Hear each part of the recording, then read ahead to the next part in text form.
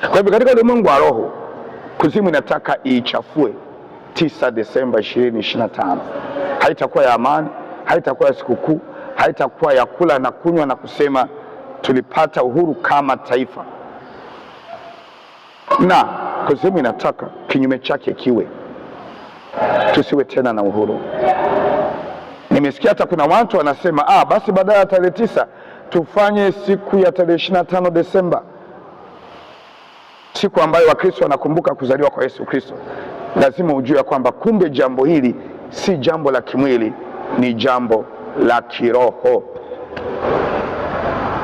Ndugu zangu, jambo jingine nalotaka niwaambie viongozi wenzangu wa kiroho ni lile ambalo Mtume Paulo alimwandikia mchungaji kijana Timotheo. Katika Timotheo wa kwanza sura ya 2, nasoma mstari wa 1 na wa 2. Biblia inasema, basi kabla ya mambo yote nataka dua na sala na maombezi na shukurani zifanyike kwa ajili ya watu wote. Mstari wa 2 unasema, kwa ajili ya wafalme na watu wote wenye mamlaka, tuishi maisha ya utulivu na amani. Wafalme maana yake ni wakuu wa nchi, rais ama marais. Wenye mamlaka ni kama mawaziri, wakuu wa mikoa, wakuu wa wilaya, IGP, CDF, viongozi wa vyama vya siasa. Mungu anatuagiza, ni agizo kutoka kwa Jehova, tufanye dua, tuombe kwa ajili ya rais, tuombe kwa ajili ya IGP, tuombe kwa ajili ya viongozi wa vyama vya siasa, tuombe kwa ajili ya wakuu wa mikoa, wakuu wa wilaya. Kwa nini? Biblia inasema ili tuishi kwa utulivu na amani. Kumbe jambo la amani ni jambo la kiroho, ni jambo la mitume na manabii, jambo la mashehe, jambo la maimamu, jambo la sisi maaskofu. Kwa nini? Tukiomba kwa ajili ya rais, anapata ufahamu, anapata hekima ya Mungu, ataamua vizuri, ataongoza vizuri. Wakuu wa wilaya, CDF, wataamua vizuri, watatenda haki. Ndugu zangu, haki yoyote inatoka kwa Mungu. Ni kweli Tanzania tunahitaji katiba mpya, na mimi naomba kama ambavyo Rais Dr. Samia Suluhu Hassan ameahidi ya kwamba katika kipindi chake hiki tutapata katiba mpya, na iwe hivyo kwa jina la Yesu. Lakini hakika nawaambia ndugu zangu wa Tanzania, haki inatoka kwa Mungu. Mungu lazima ateke fikra za viongozi wanaotuongoza ili watende haki, kwa kuwa kwa asili wanadamu huwa ni binafsi. Watumishi wa Mungu, tuna kazi ya kufanya. Tunatakiwa tulilete kanisa pamoja, Watanzania kwa moja, tusiwagawe kwa matamko yetu, kwa kuwa Mungu anatuagiza. Hili ni agizo la kuomba kwa ajili ya watawala, kwa ajili ya wafalme. Lakini nataka niseme jambo jingine, ya kwamba sasa hivi watu wengi wamepigwa upofu. Sasa hivi watu wengi wamechukuliwa ufahamu, na Yesu alilisema hilo katika Luka sura ya 9. Luka sura ya 9 na mstari wa 41. Watanzania tumepigwa upofu, hata hatujui kipi kinachotupasa tutende ili tuishi katika amani na utulivu. Katika Luka sura ya 19 mstari wa 41, Yesu aliililia Yerusalemu. Biblia inasema hivi, alipofika karibu aliuona mji akaulilia. Yesu aliulilia mji wa Yerusalemu akisema, laiti ungalijua hata wewe katika siku hii yapasayo amani. Neno yapasayo amani ni key word, kwamba yapi tutende ili tuwe na amani. Tufanye vurugu, tuandamane na kuuana ndio tutapata amani? La hasha. Mstari wa 43, kwa kuwa siku zitakuja adui zako watakapokujengea boma likuzunguke, watakuzingira na suru pande zote, watakuangusha chini wewe na watoto wako ndani yako, wasikuachie jiwe juu ya jiwe, kwa sababu hukutambua majira ya kujiliwa kwako. Haya ni majira ambayo Tanzania inavamiwa, lakini watu wamepigwa upofu.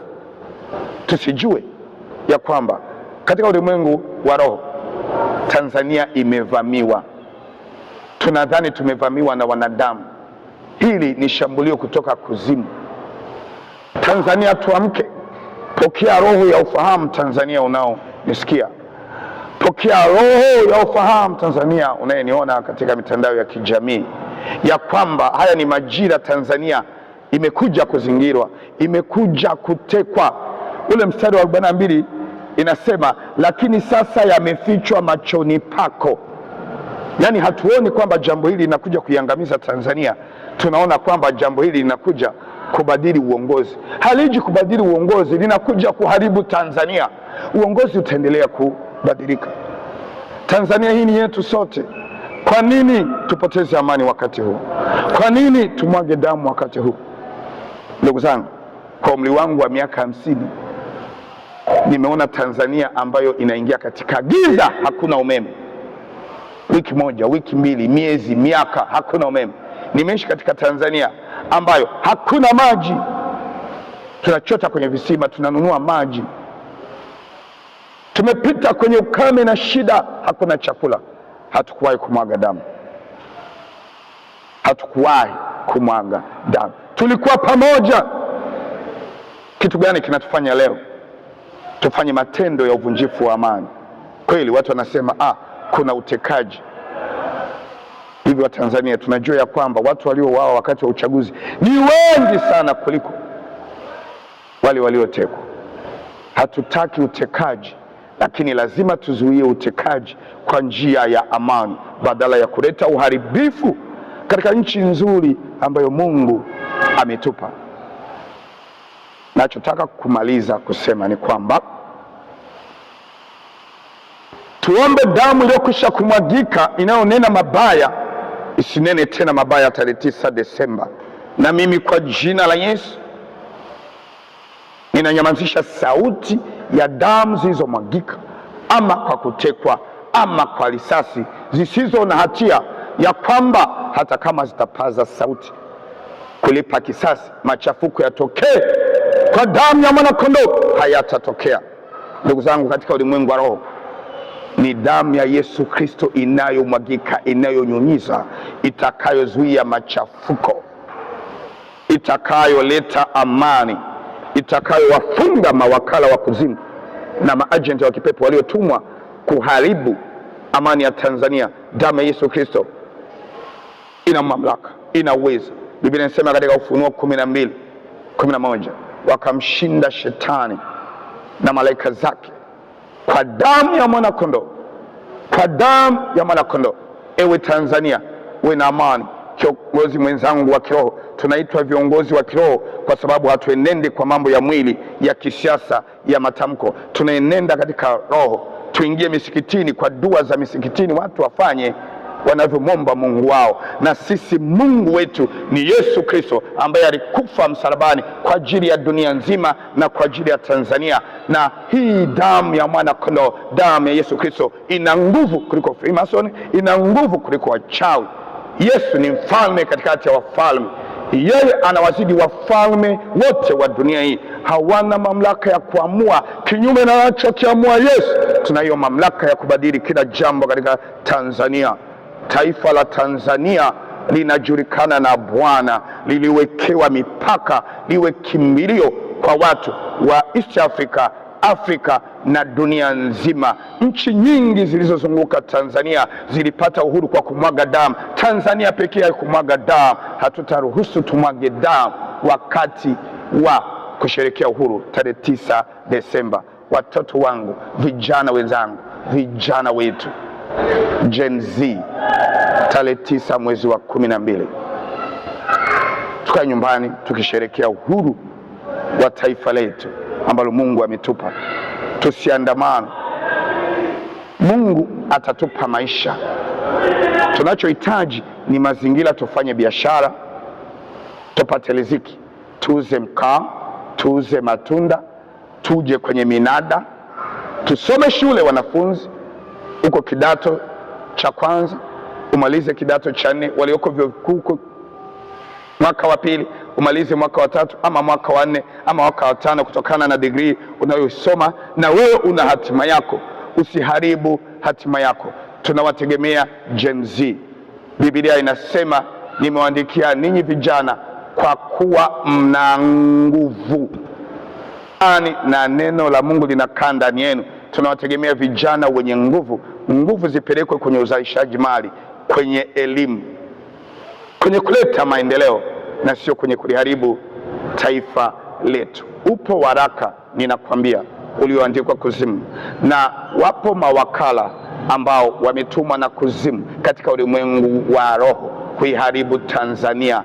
Mimi kama kiongozi wa kiroho nimekwisha omba sana hizo nyaraka na waraka zichomwe moto, na waliopewa katika ulimwengu wa damu na nyama kuleta machafuko katika Tanzania, vinywa vyao vifungwe, macho yao yapigwe upofu.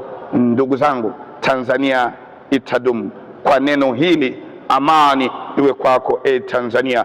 Wasukuma mwe na amani, Wagogo mwe na amani, Wapemba mwe na amani, Wafipa mwe na amani, Wanyakyusa mwe na amani, Wahaya na Wachaga, Wamasai. Nchi yetu nzuri itadumu kwa amani. Tushikamane, mtu yeyote asitugawe, viongozi wa dini wasitugawe, wanasiasa wasitugawe. Tuna Tanzania moja, mama yetu Tanzania, tumepewa na Yesu Kristo, tuilinde. Amina, amina.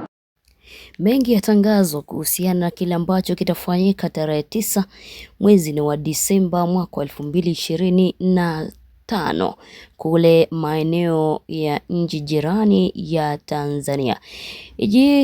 Kumbuka kwamba Tanzania ni nchi ambayo imekuwa ikienezwa kwamba ni nchi yenye amani, nchi yenye demokrasia, lakini hivi sasa mambo yanabadilika, mambo yanakuwa si hali tena. Sasa hivi Waislamu wa Kristo kule Tanzania wapigania haki yao, wengine wakidai kwamba si vyema kwenda maandamano, manake hii litaweza kuleta mabadiliko katika uchumi. Haitaleta mabadiliko katika uchumi wa Tanzania, na haswa itahakikisha kwamba Watanzania wanaelekezwa kwenye maafa yasiyokuwa na kiwango na hesabu.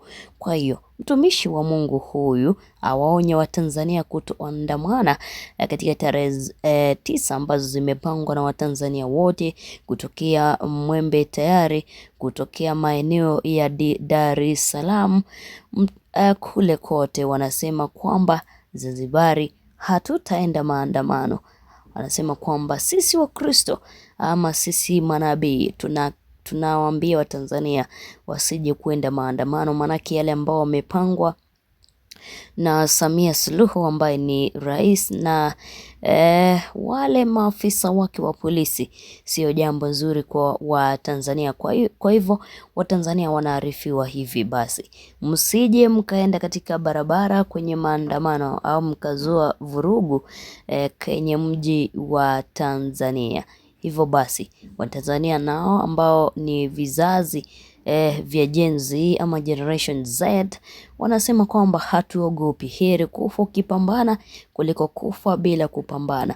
Basi wamemwonya Samia Suluhu kwamba tarehe 9 mwezi wa Disemba mwaka 2025 watakuwa kwenye barabarani kule kwenye barabara zote mjini Tanzania kuhakikisha kwamba haki yao na matakwa yao yamefikiwa. Ikumbukwe wiki 2 zilizopita Samia Suluhu aliweza kuwachagua wanawe na wale in-laws katika serikali yake, kitu ambacho pia kinawapa joto kuu wa Tanzania. Basi hili ama uongozi huu wa Tanzania umekuwa wa familia au vipi? Basi sisi hapa tunawahamasisha Watanzania kwamba wawe tayari kupambana, manake hili ni pambano kubwa.